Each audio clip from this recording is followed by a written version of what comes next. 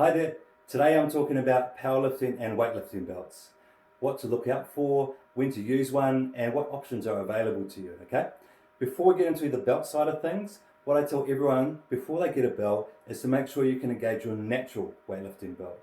We want to focus on strength training with our transverse abdominals, making sure we're engaging that core first before we go into our lifts and can naturally engage that weightlifting belt. I'll cover that a little bit more later on. So, powerlifting belt.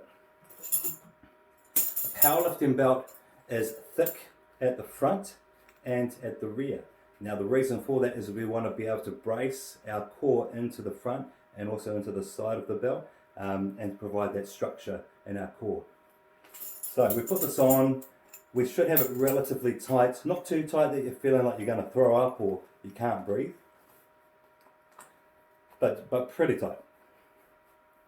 From here, it's just below my rib cage, okay, so it's not saving my lower back, it's not down sitting low.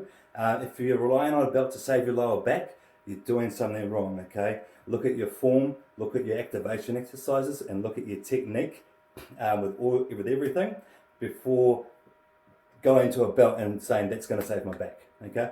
So, your belt sits relatively high, you're going to brace out the side here and out the front, pushing into that belt to support you in that lift.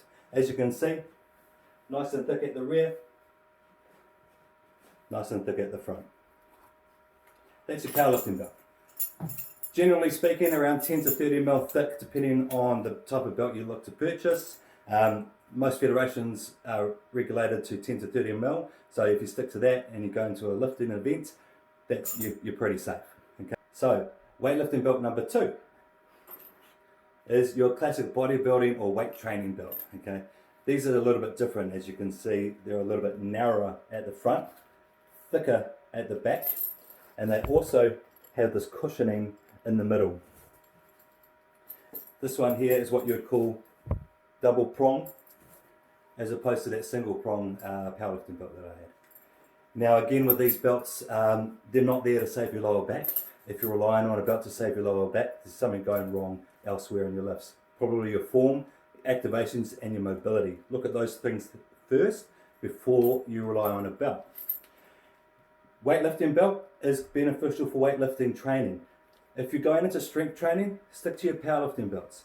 I don't tend to recommend these too much, but they are beneficial, but just not to the same level, okay? You can't really brace into this belt, so it's not really made to brace that core and keep the core strong, so you should naturally be able to do that anyway, but again, don't rely on this belt to save you, okay?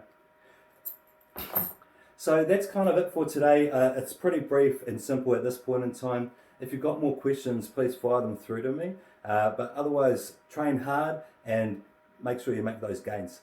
See you guys.